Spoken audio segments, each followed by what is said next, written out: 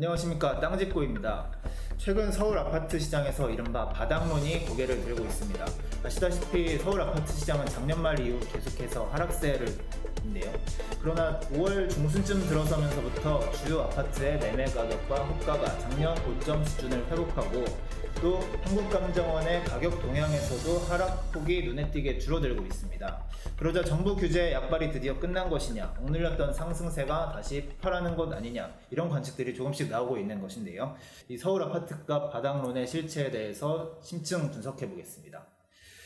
원장님, 네. 현재 서울 아파트 상황을 보면은 그동안 움직이지 않았던 저가 매수세가 다시 움직이고 있다, 이런 상황으로 보이는데요. 정말 바닥이 맞을까요? 네, 우선 저는 결론부터 말씀드리면 현재 바닥을 찍었다라는 뚜렷한 조짐이나 증거는 없다라는 말씀을 좀 드리고요. 네. 그리고 두 번째는 이제 한번 우리 최근의 상황의 흐름을 좀 정확하게 짚어볼 필요가 있을 것 같은데요. 우선 작년 9월, 10월경에 강남의 재건축, 우리가 마용성 이런 집값들은 일단 고점을 찍은 것으로 보입니다. 그리고 작년 말부터 하락하기 시작해서 올해 3월까지는 하락 흐름이 좀 나타났었죠. 거래 절벽도 있었고 또 일부 강남의 재건축 같은 경우에는 고점 대비 한 20%가량 급락하는 대표적인 게 대치엄마와 잠실중앙 5단지입니다. 물론 여기 압구정도 있습니다. 그러다가 다시 4월 이후부터 약간 반등하는 조짐이 나타나고 있죠. 그러니까 급매물이 소진이 되면서 가격이 오르고 있으니까 또 거래량도 다소 좀 증가했어요.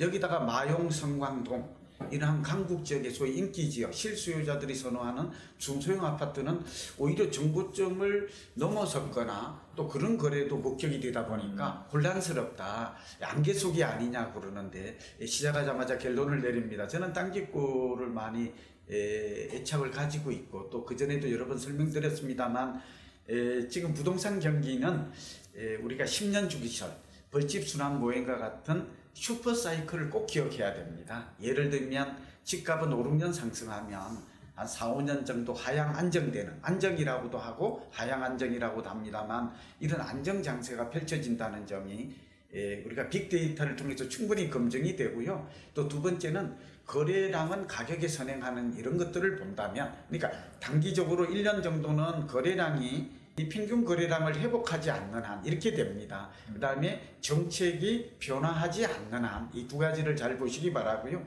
또 장기적으로 5년, 10년 정도는 거시경제 지표를 잘 봐야죠. 예를 들면 실물 경기라든지 금리라든지 또 우리가 정책도 있고 수급이라든지 이런 것들을 종합적으로 또 살펴보고 또 우리가 10년 주기설 벌집 순환 모형을 종합하면 적어도 1년 정도는 오르기 어렵다. 안 오른다는 얘기는 횡보할 수도 있고 약간 하락할 수도 있겠다. 그 다음에 4, 5년 내지 이렇게 본다면 적어도 2, 3년, 한 3, 4년 정도까지는 안정세가 나타날 확률이 높다고 진단됩니다. 오히려 고점을 찍었다라는 말씀이신데, 네.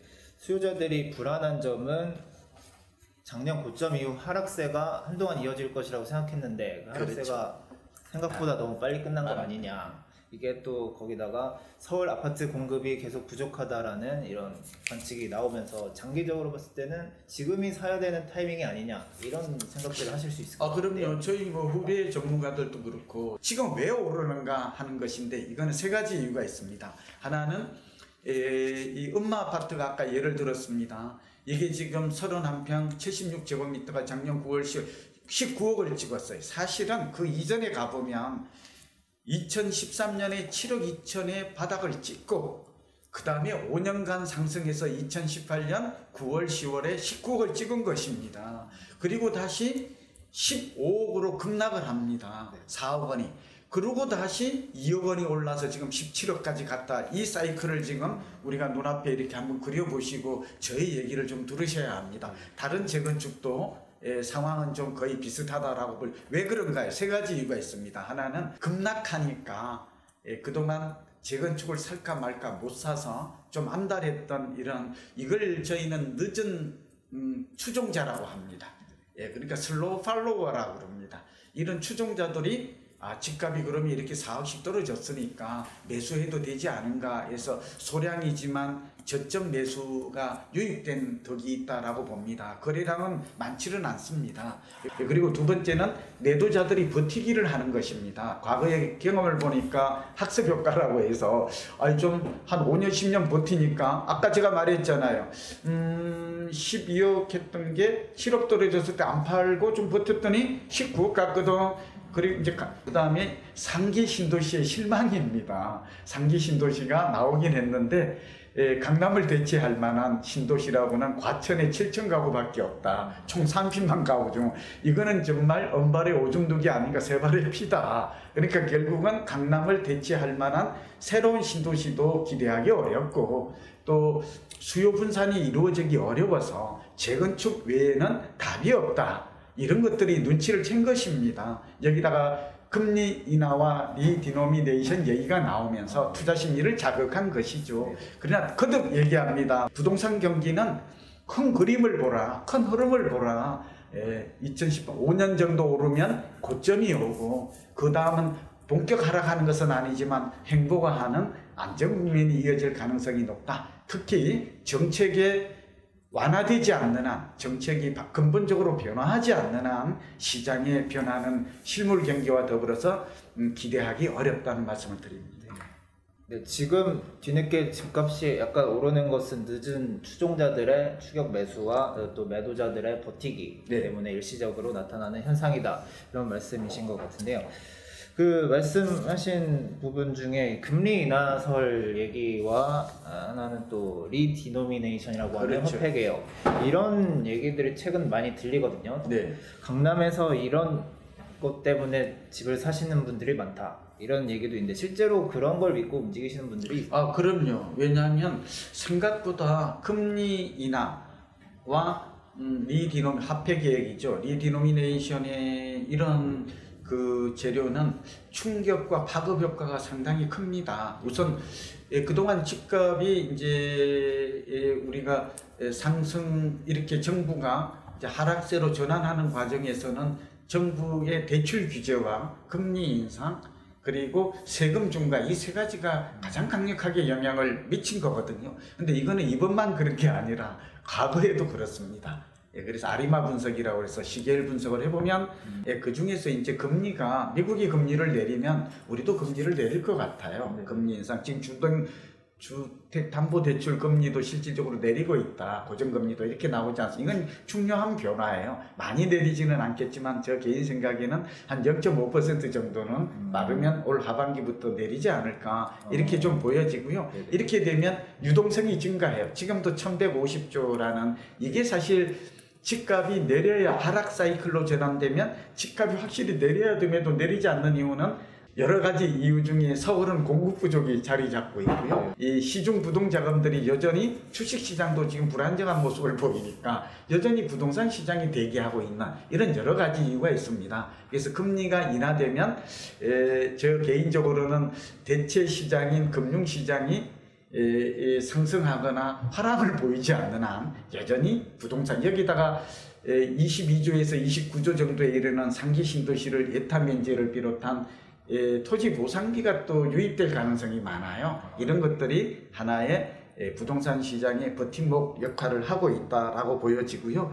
그 다음에 이제 리디노미네이션은 이건 굉장히 중요한 문제인데 시장의 근본을 흔들어요. 좀 짧게 얘기를 하면 화폐 가치는 떨어집니다. 두 번째는 금이나 실물자산, 안전자산으로의 실물자산이 오르는 것은 너무나 당연합니다. 화폐 총량이 증가하기 때문이죠.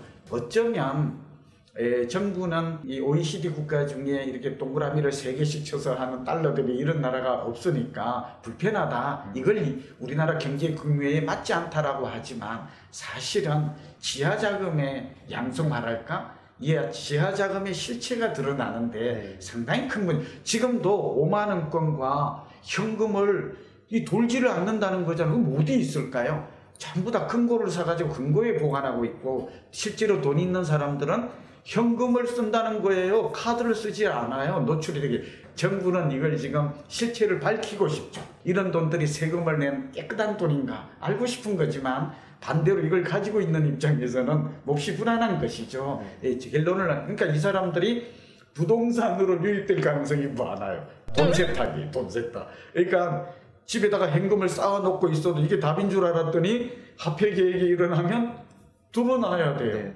교환을 해야 되니까. 그래서 가장 좋은 돈 세탁법 중에 하나가 사실은 부동산을 사서 일부 세금을 내더라도 깨끗한 돈으로 이런 움직임들이 나타날 가능성. 이게 재건축이고 강남의 소형 빌딩이고 이런 것들이 또 토지이고 이런 역할을 한다는 걸 좀 알아둘 필요는 있습니다. 네, 재미난 말씀 해주셨는데 네. 이 화폐개혁설 관련해서는 홍남기 부총리가 최근에 전혀 검토한 바 없다 이렇게 부정을 하긴 했습니다. 했는데요.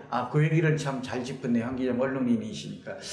그런데 또 우리나라 사람들은 의심, 요즘은 불신이 많아요. 불안장애에다가. 무슨 얘기일까요?